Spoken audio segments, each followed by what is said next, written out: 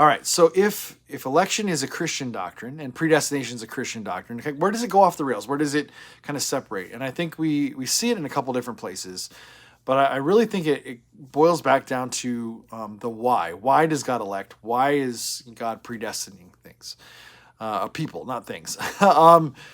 And I think we find, for election especially, we find the root of this conversation in Romans chapter 9. Now, I have a whole video addressing this. It's called, Does Romans chapter 9 talk about individual election? So if you want to know the bigger discussion where I go verse by verse through Romans 9, go to that video, watch that. It was a long video. There's a lot of information there.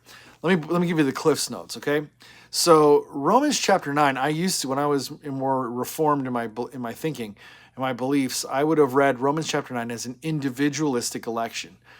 The more I really understood what Paul was doing there and looked at the references he was making back to the Hebrew Bible, the more I began to realize, he's not talking about individual election here. He's talking about corporate election. He's talking about a people group.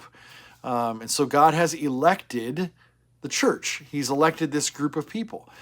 He even said, Paul says so. He says, not all of Israel, this group that God worked with, chose in the past, is Israel. And he's going to talk about how he's grafted the Gentiles in now to this whole thing. And so there's more of a corporateness to election than there is an individuality. And I think it's important that we see that for what it is and read it that way. And so it's not that election is a corporate, or it's not that it's an individualized doctrine, it's a corporate doctrine. And every place where it says elect or election, it's talking about the corporate body of Christ, the church. So that brings us to the idea of predestination.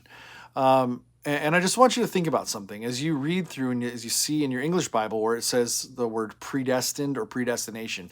There's always a caveat to it. In Ephesians chapter 1, it says that we're predestined according to the foreknowledge of God. In Romans chapter 8, it says those whom he foreknew, he also predestined.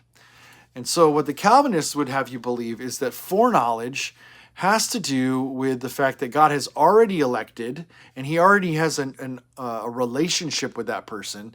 And so that's where the predestination comes from. And I would argue the other way. I would say that God's foreknowledge is about what he knows to be true, what he knows is going to happen. And so his election and his predestination is based on the foreknowledge. And so, especially in Romans 8, you see those whom he foreknew, he predestined to be conformed to the image of his son. That's about resurrection. And so he's talking about that.